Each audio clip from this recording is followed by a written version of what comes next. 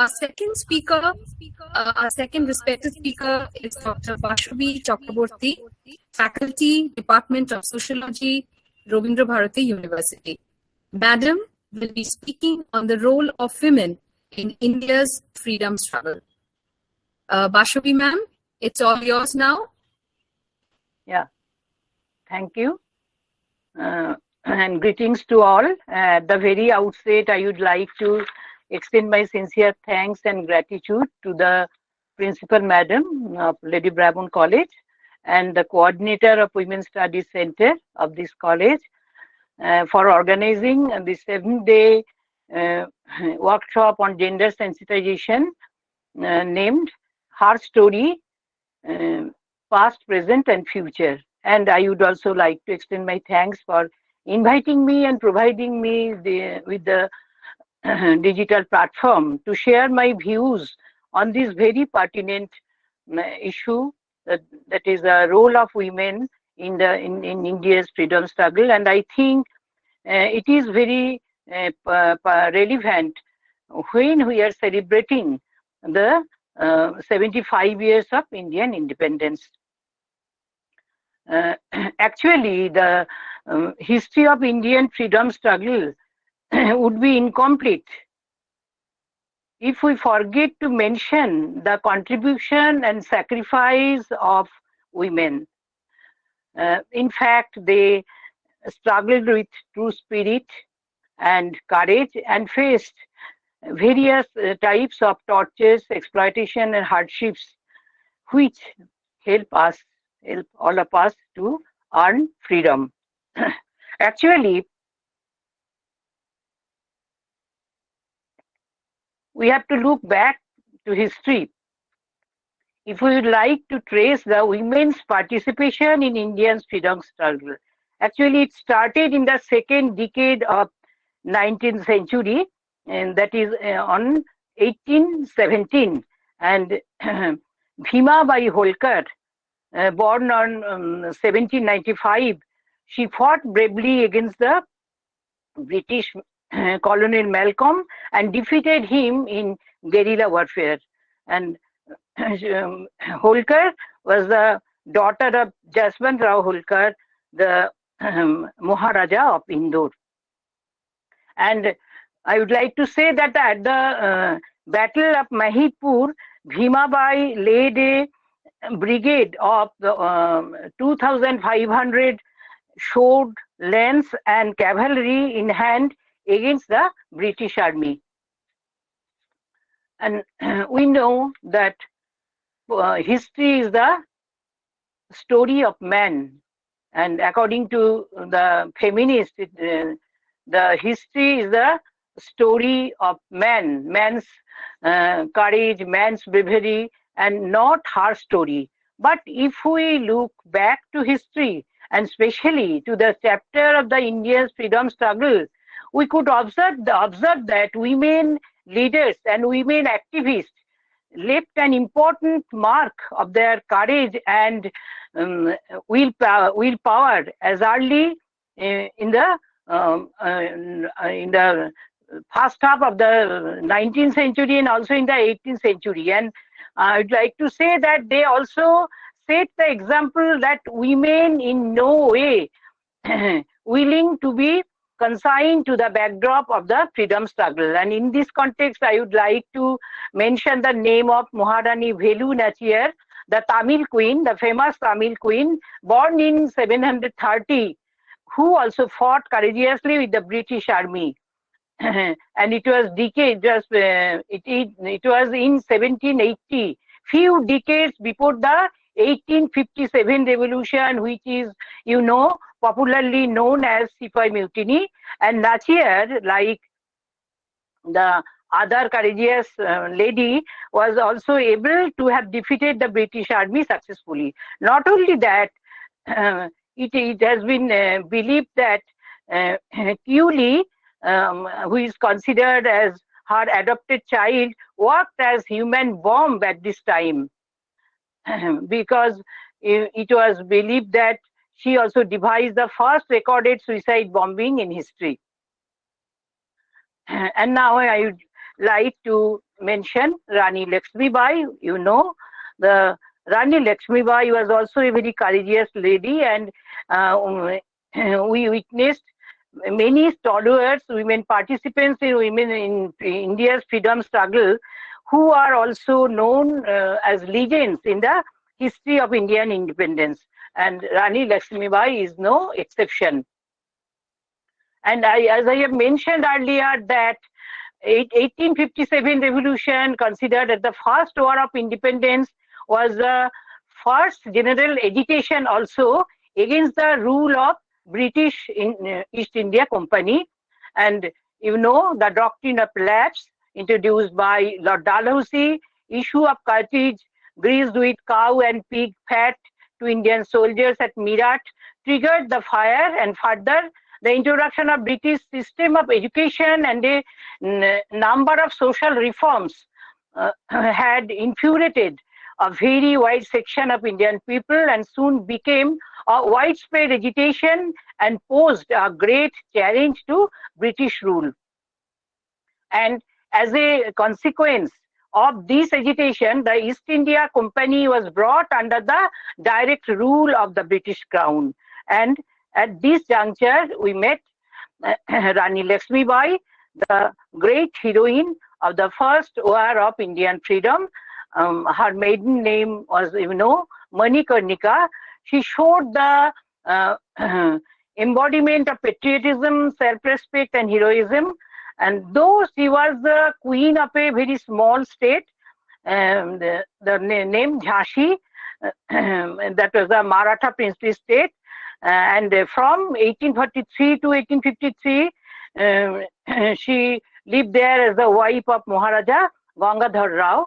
And after marriage, she was named as Rani Lakshmibai. And in 1951, their son Damodar Rao was born, but he passed away at the age of 4 months due to severe illness. Then the couple Gangadhar Rao and Rani Lakshmibai adopted a son named Anand Rao before the king's demise, which the British East India Company refused to accept as a legal heir, and decided to annex Jhansi due to doctrine of lapse introduced by Lord Dalhousie, I have already mentioned. And refusing to cede her territory, the queen, Rani Lakshmibai, decided to rule on behalf of the heir, and later joined the uprising against the British in 1957. Cornered by the British, Rani escaped from Jhansi fort. She was wounded in the combat near Gwalior's Fulbagh, where she later died in 17th June 1758. And British army, you know, after 3 days reoccupied Gwalior.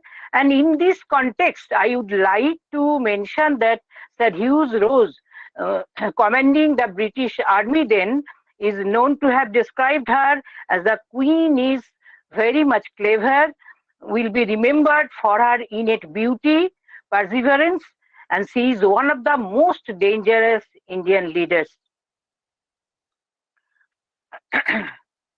Sorry.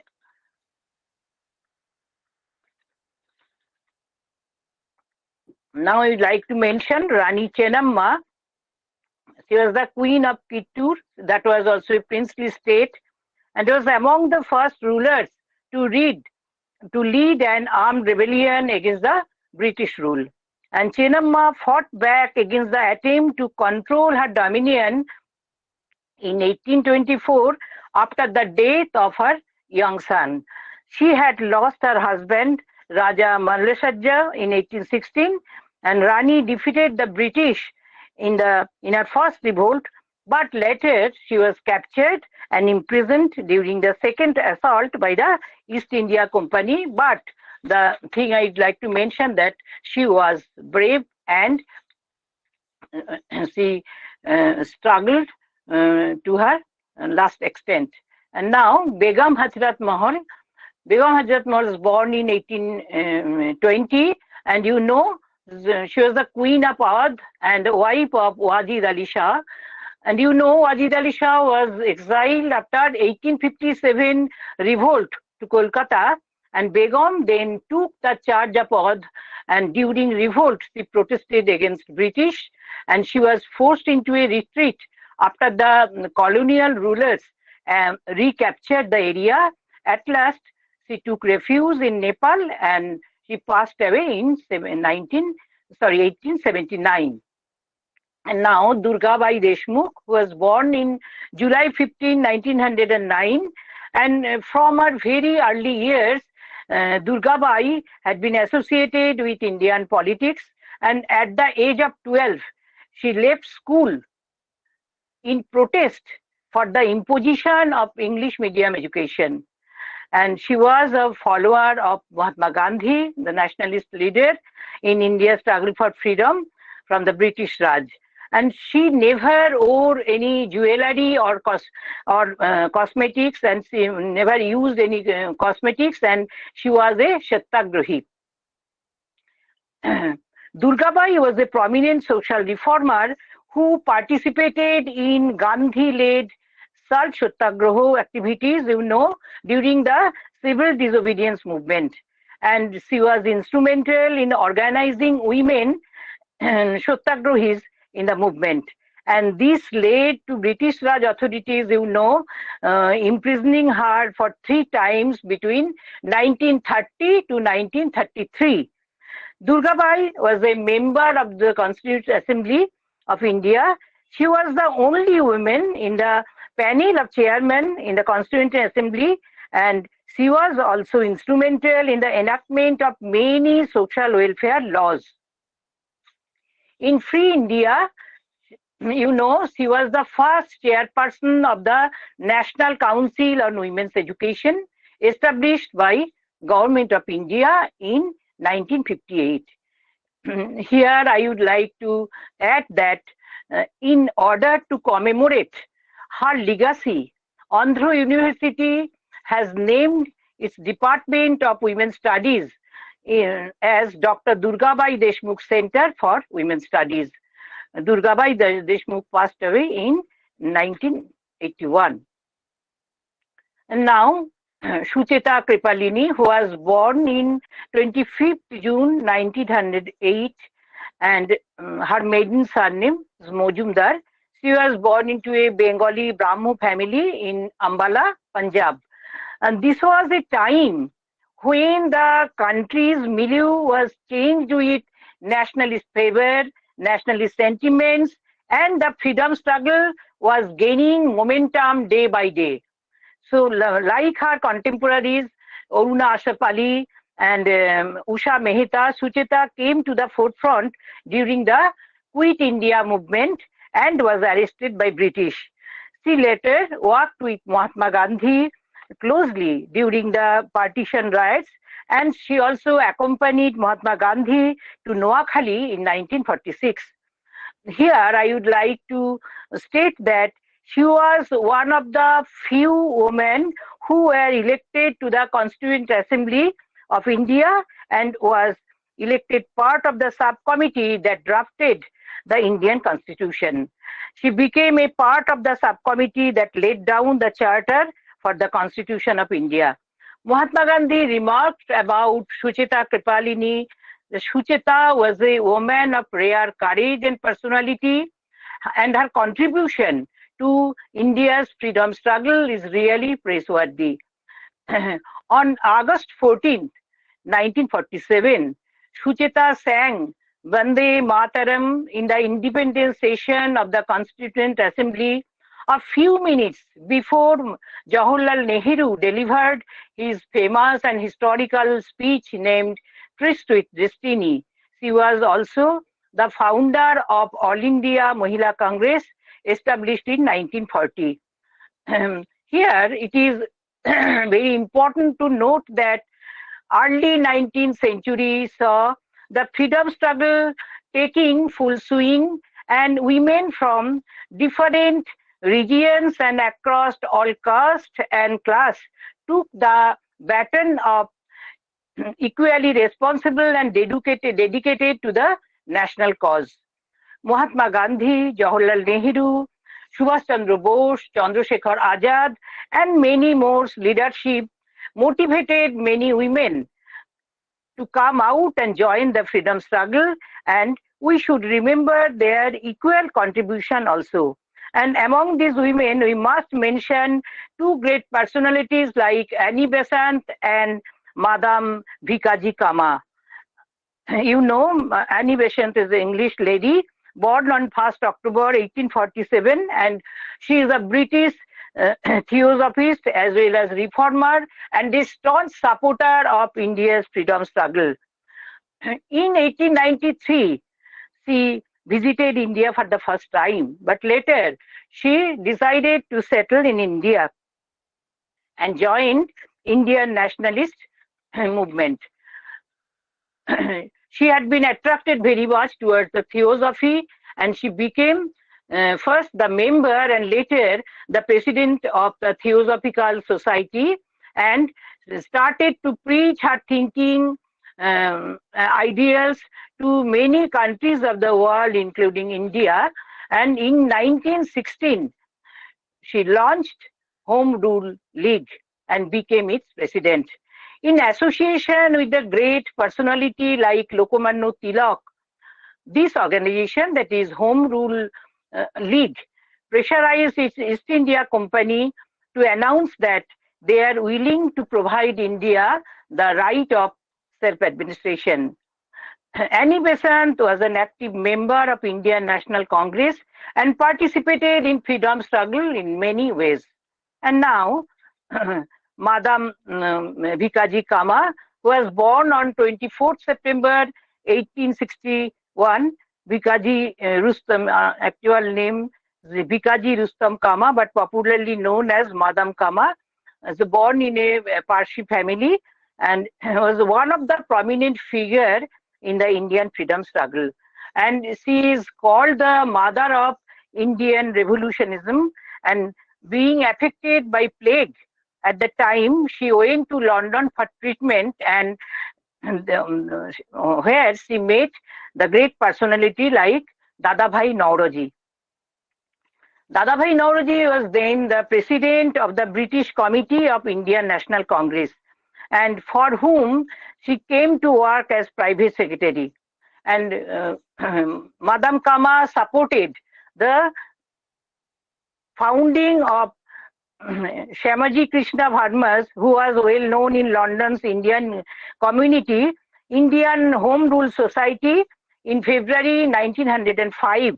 And in London, she was asked that her return to India would be prevented unless she would sign a statement promising not to participate anymore in nationalist activities, but she refused.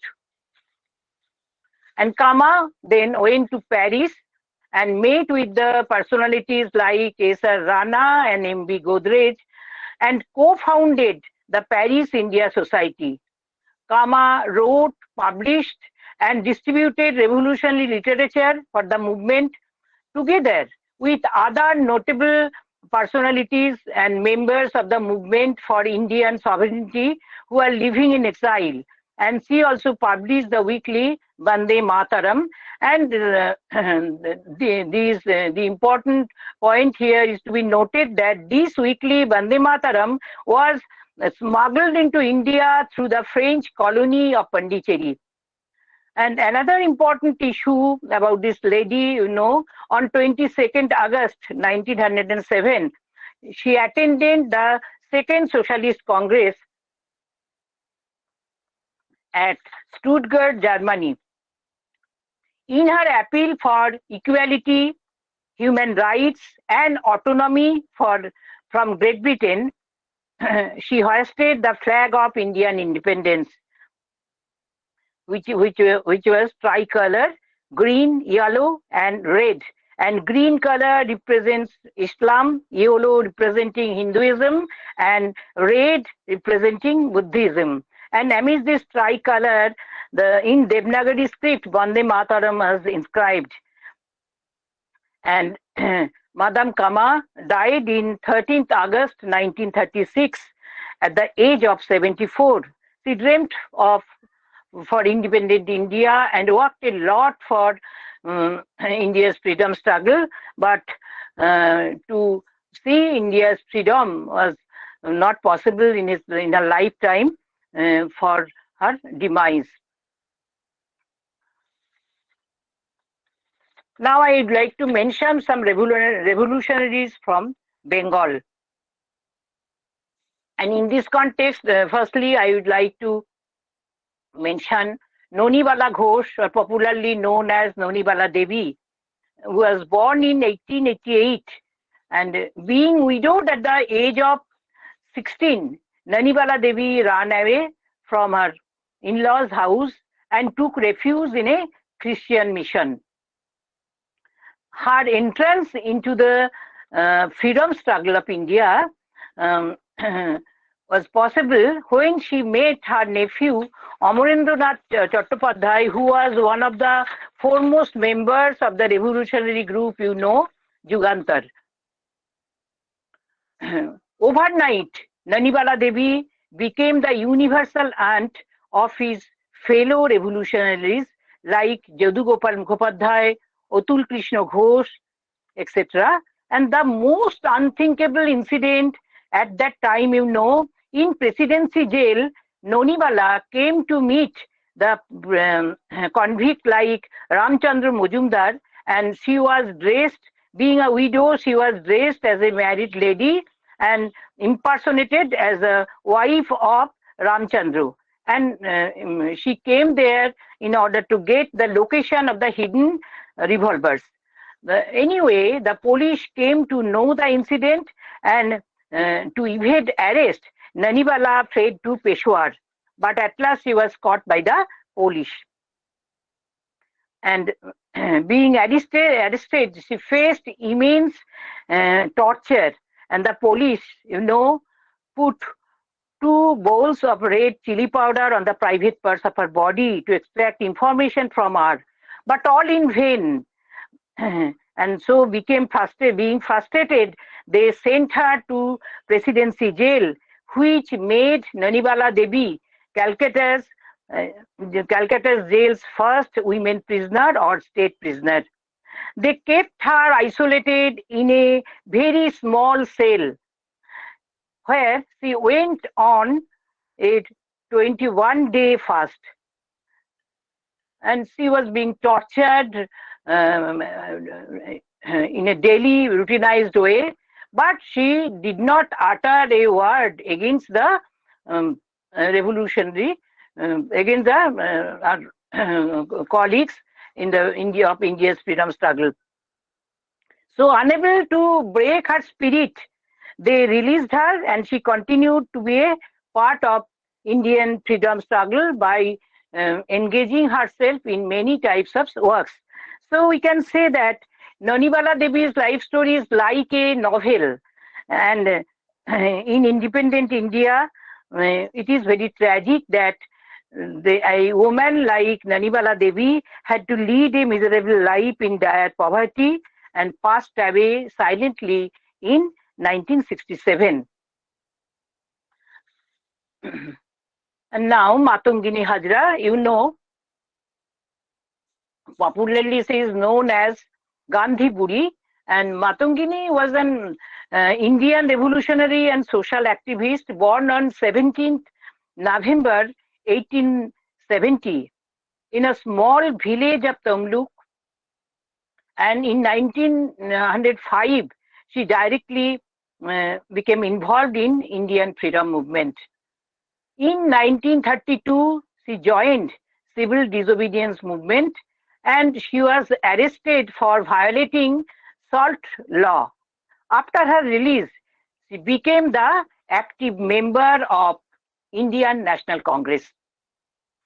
She also started to prepare khadi cloth by using chorka, and on September 29 in 1942, or during the Quit India movement, she led a procession as part of this movement with around 6,000 supporters towards the Tamluk police station. As Matangini surged forward, the British police shot at her, but the gunshot did not stop her from moving ahead. She was again shot at, but still she did not stop and raised her voice saying, Bande Mataram. She held the flag aloft as she was shot at for the third and last time. And finally, 73 years old lady succumbed to her injuries and died with the flag in her hand. We still remember her enormous contribution to Indian freedom struggle with due respect. And now I would like to say on Priti Lata Waddedar Akka Rani, born on 5th May 1911 at the village of Dholghat in Chittaganj.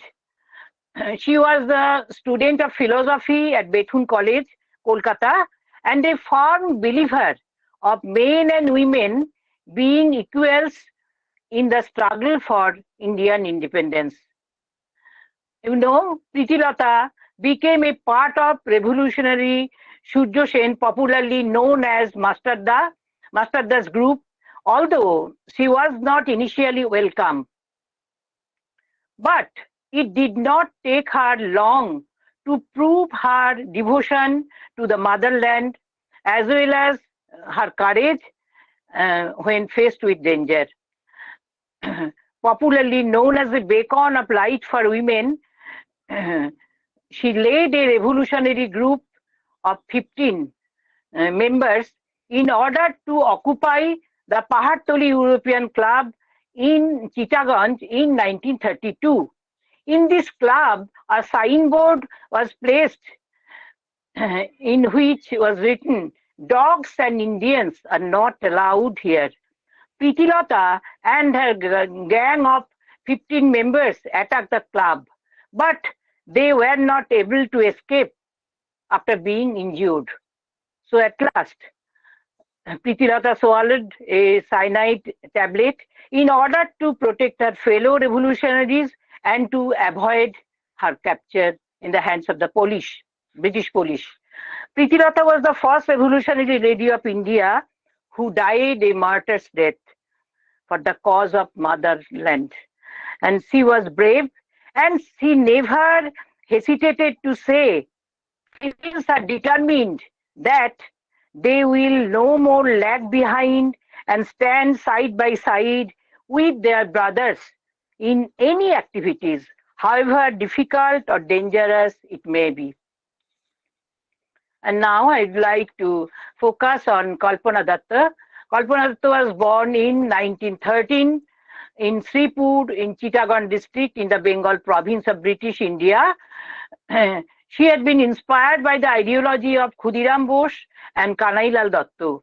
After passing matriculation examination in 1929 in Chittagong, she went to Calcutta and joined Bethune College to study science. But soon she joined the Chhatri Sangho. The Chhatri Sangho was actually a semi-revolutionary organization, and it is a women students association in which Beena Das and Priti Lata Waddedar were also active members. And through Purnendu Dostidar, the political personality at that time, Kalpana became acquainted with Master Surya Sen, and Kalpana joined Indian Republic Army of Chattogram branch, the armed resistance group, led by Master Surya Sen, and she joined the group in May 1931.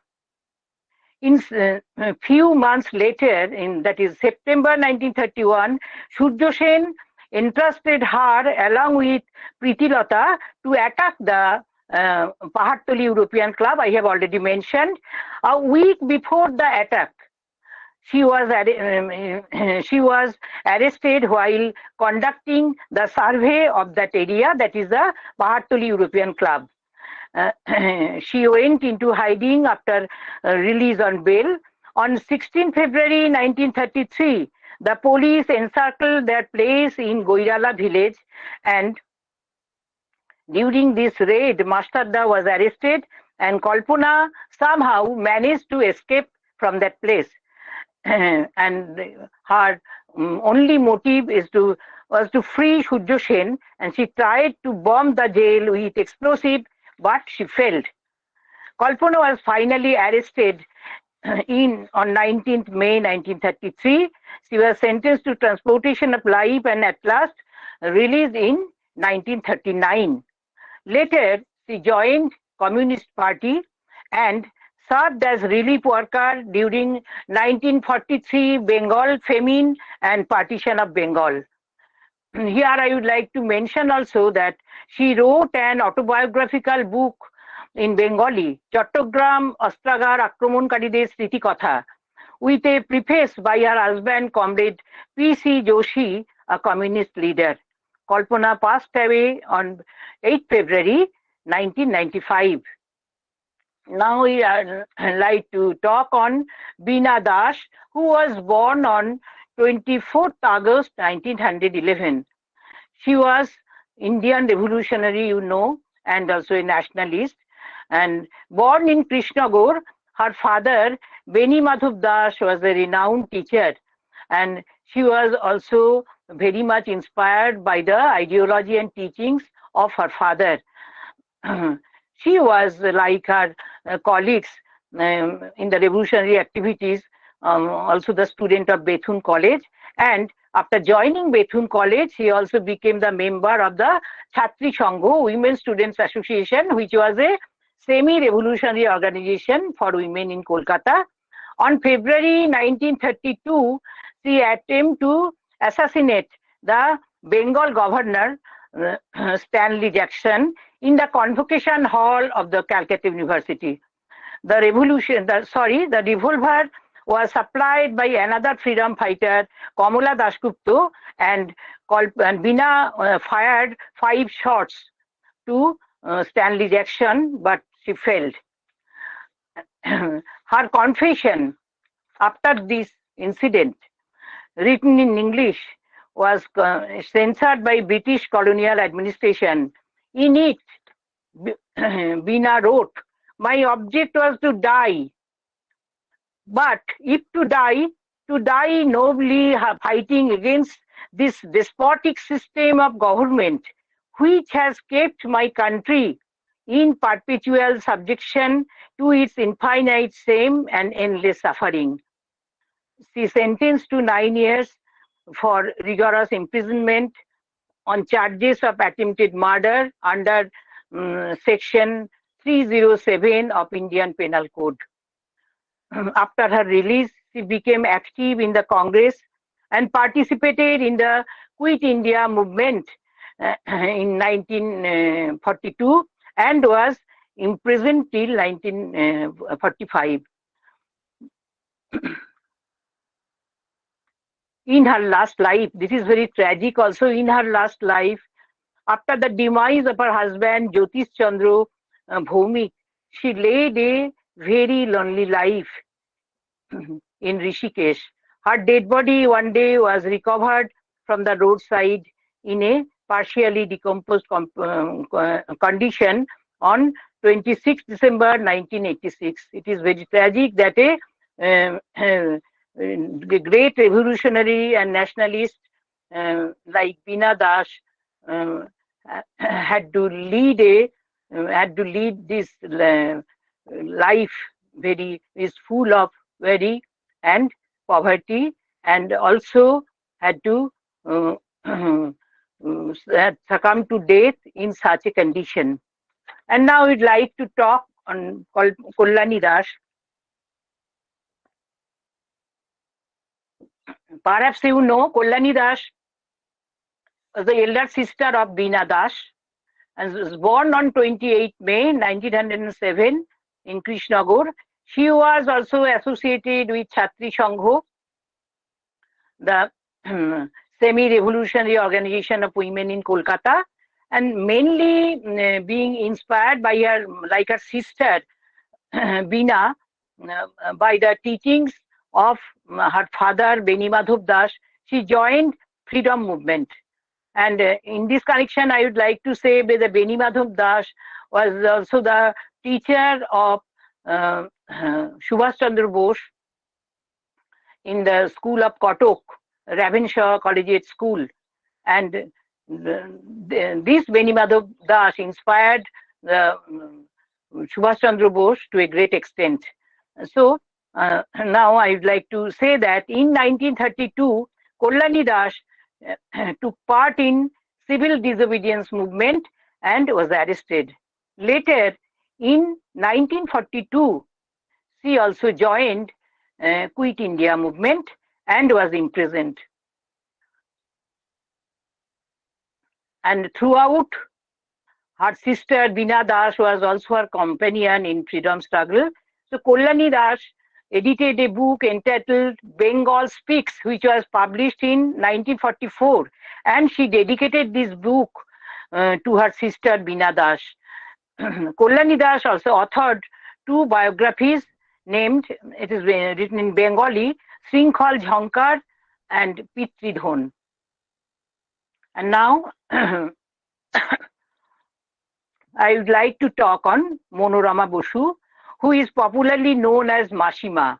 He was born on 18th November 1897 in Borishal, a leader of freedom struggle, and she joined Congress at 1930 and was arrested for joining civil disobedience movement led by Congress in 1932. At that time, she came in contact with Urmila Devi. Urmila Devi is the sister of Deshbandhu Chittaranjan Das. In order to protect women's rights, Monorama Basu set up a branch of Saroj Nalini Mohila Samiti. And Saroj Nalini Mohila Samiti, the first women organization in Bangladesh. And through this organization, Monorama Basu tried her best to motivate women to stand against the British. In 1948, she was arrested for giving leadership and in supplying food in Borishal and for joining in the Khadyo Andolon at Borishal. And Monorama Basu died at 16th October 1986 at the age of 89. And now I'd like to say a few words on Leela Nag alias Roy, born on 2nd October 1900 in Sylhet and educated at Bethune College in Calcutta, graduating with a gold medal in English. One important thing about Leela Nag, Leela fought with, at that time, fought with university authorities and became the first woman to be admitted to the Dhaka University and earn her MA degree in English.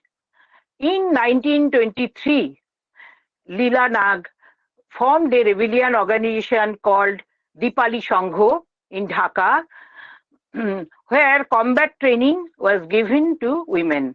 And Pritilata Wadedar took courses from there. And Leela Nag also took part in civil disobedience movement was imprisoned for 6 years.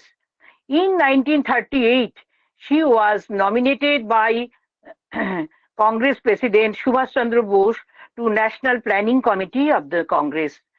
In 1941, when there was a serious outburst of communal rioting in Dhaka, she, along with Sharad Chandra Bose, formed the Unity Board and National Service Brigade.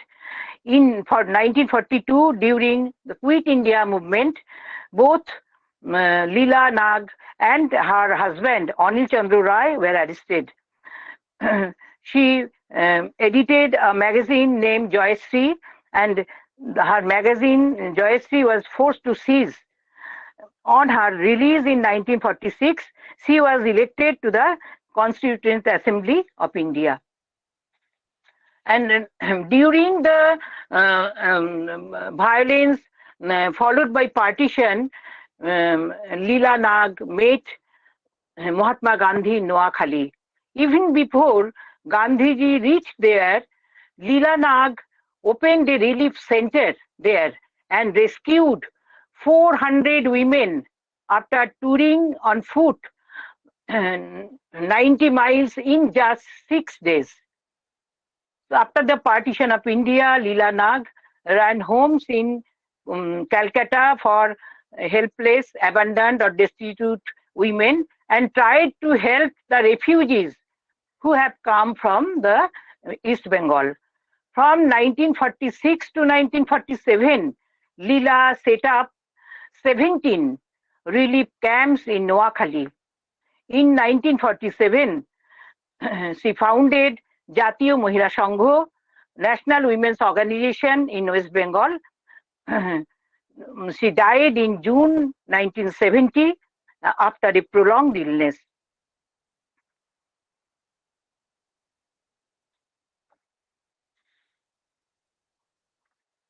So while discussing the role of women in India's freedom struggle, there are many others names that remain untold in my discussion due to the paucity of time. So I would not be able to focus on the role played by the great women like the Sarojini Naidu, Aruna Ashapali, Amrita Singh Kaur, Kamala Devi Chattopadhyay, Bashanti Devi, Lakshmi Sehgal, Usha Mehta, Kasturba Gandhi, Kamala Nehru, Vijay Lokhi Pandit, and many others. And on the occasion of the Azadi Ka Amrit Mahotsav, I would like to pay homage to all these brave and courageous ladies and recall Mahatma Gandhi's remarks.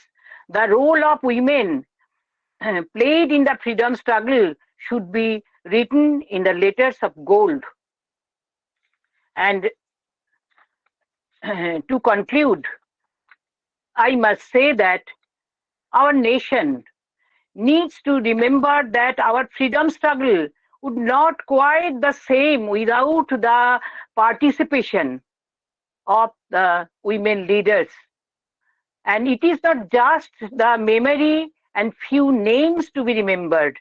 Actually, I should say that it is the path forward, the respect earned, and the sheer belief that women are as much capable of standing up for themselves, of demanding freedom, and willing to pay any price for it. And here I would like to remember the remarks of Kamala Devi Chattopadhyay, who was also a great freedom fighter and activist. Kamala Devi Chattopadhyay states, those walls which make the women confined within the four walls of home as if magically broke down, and these women became acquainted with the outer world, which showed a new way, a brighter path. She wrote these sentences in the book Awakening of Indian Women, published in 1939. And lastly, I would like to say the book I have consulted, the Do and Die, published in 1999 from Penguin Publishers by Manini Chatterjee, where she comments, these pioneering women at considerable cost to themselves managed to subvert traditional roles in a deeply conservative society in ways which are truly revolutionary in nature, and it also paved the way for future generation who found the path that is much easier in the light of the footprint these women left behind. So that is very true. So far I have discussed the contribution of the few leaders from all over the country and the revolutionary leaders from Bengal, and due to the paucity of the time I am not able to mention the contribution of other leaders all over the world, all over the India, like Kamala Devi Chattopadhyay and Sarojini Naidu, Aruna Ashapali and many others who have contributed a lot for Indian independence, and their hard work, their sufferings make possible to gain India's freedom. Thank you for patience hearing. So I'm not keeping well, so forgive me. So my throat is to some extent choked. So forgive me. And if you have any questions, please feel free to ask, or any suggestions or feedback. Thank you, Basabi ma'am, for a very comprehensive and enlightening presentation. Thank you, Basabi ma'am, for a very comprehensive and enlightening presentation. It was a great informative session for all of us, I believe. And you have wonderfully delineated the role and experiences of the women in India's freedom struggle. So thank you, ma'am. Thank you so much for that. You have a question, ma'am. And may we take it? Yeah. Yeah. So Pooja Shukla, she has posted the question. Assamese writer Indira Goswami's last novel revolves around the story of Boro tribe's freedom fighter, Then Pakri. There are very few records of Northeast's female freedom fighters like Rani Genlu and Konaklata Borua. Konaklata Borua.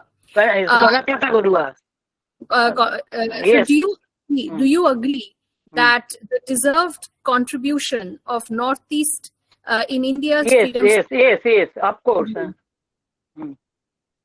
Yes, very good questions. And yes, the contribution of Konaklata Borua is really praiseworthy, which I have not mentioned in my deliberation. But it is very tragic that we generally have highlighted the contribution of the women.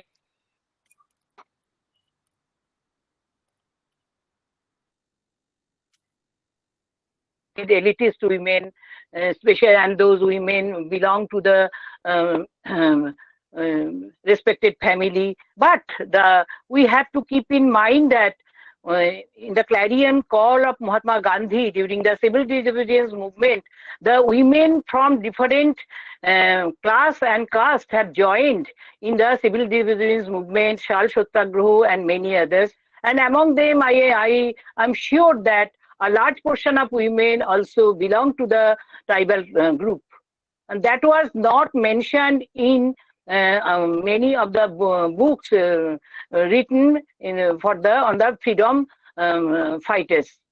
And that should be incorporated in this history, I think.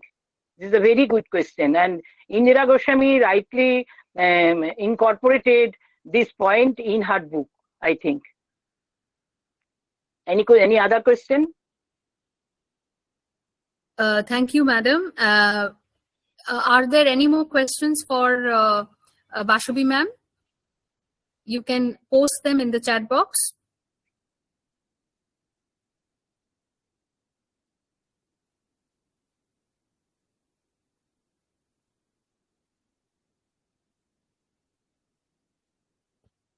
Ma'am, Pooja ma'am has again, she has posted that she thanks you for shedding light on Bengal's unknown female freedom fighters of Bengal. So, yes. Especially the contribution of Nonibala Devi has not been discussed anywhere. We are acquainted with the names of Pritilata Vadedar, Beena Das, Kalpana Datto, Kalyani Das, etc., etc. But Nonibala Devi is a great personality, and she was so much tortured in the prison, and she was also the first state prisoner.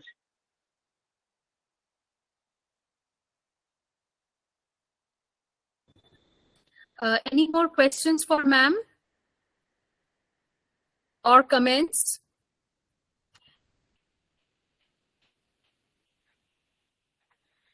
Ma'am, Kalapi Shane, she has posted that thank you, ma'am, for the chronology of women freedom fighters. Yes, so she has commented.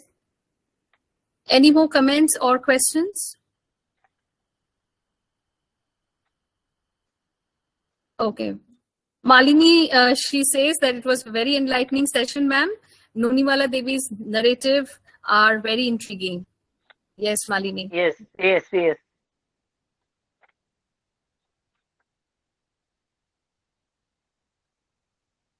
And Any more? Yes, ma'am. 5 minutes left. So I would like to state that Lakshmi Sehgal, Dr. Lakshmi Sehgal, who was born in 1914, 24th October, and she was one of the activists of India's freedom struggle. Basically, she was a gynecologist and settled in Singapore, but she did not hesitate to give up this job, and she took the responsibility of the Jhansi Bahini of Azad Hind Fauj. And for the first time, we have to keep in mind that she set up the first women group of the South Asia. And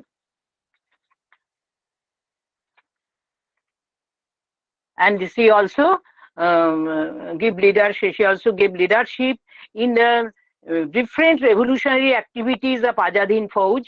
And in 1945, when the leaders of Indian National Army decided that their group will enter into the Imphal, at that time, Lakshmi Sehgal was arrested in the by the British Army, and she was imprisoned in Burma's prison till March 1946. Later, she returned to India, and she passed away in 23rd July 2012. And you know the contribution of Sarojini Naidu very well, so that is why I have not mentioned, I have only mentioned the name and not her contribution. But you know that in 1915, she joined All India National Congress, and she was the only woman who also protested for the women's suffrage in 1917. And Annie Besant became the president of Women Indian Association, or WIA, and Sarojini Naidu became the member of this organization. And in 1919, she went to England as a member of the All India Home Rule Deputation, and returned to India 1 year later. And in 1926, All India Women's Conference, or AIWC, was formed. And in 1927, in the first session of this conference held in Pune,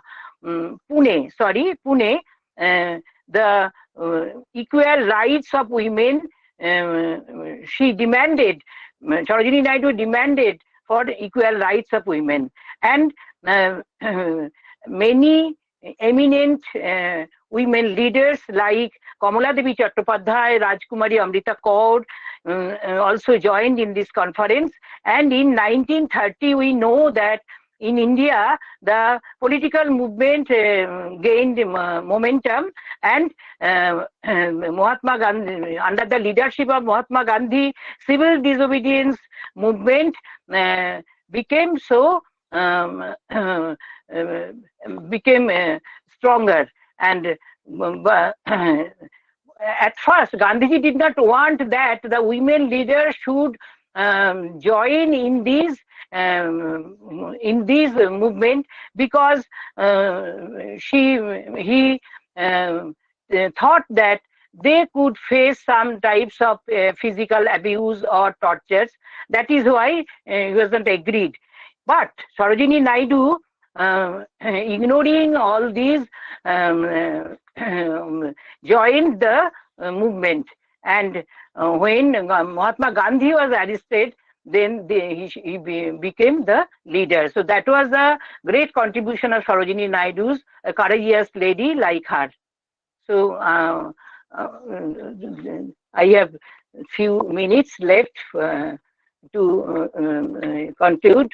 So I have incorporated these two personalities, Sarojini Naidu and There are many names also, that Kamala Nehru, Vijayalakshmi Pandit, who is the sister of Jawaharlal Nehru, and also Kasturba Gandhi, the wife of Mahatma Gandhi.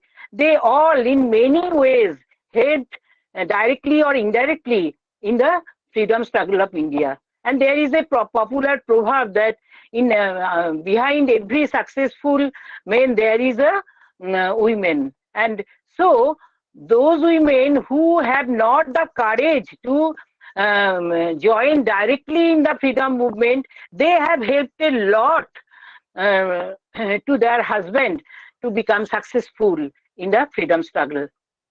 So on the occasion of the Azadi Ka Amrit Mahotsav, I would like to give my tribute to all these brave ladies. Thank you for patience hearing, and thank you the Women's Studies Center, the organizers of this 7-day gender sensitization workshop, which is organized in collaboration with ICSSR-ERC and SWAYAM. Thank you all. Thank you so much, ma'am, for being with us here today. As always, it was a pleasure listening to you. Thank you so much, ma'am. Thank you.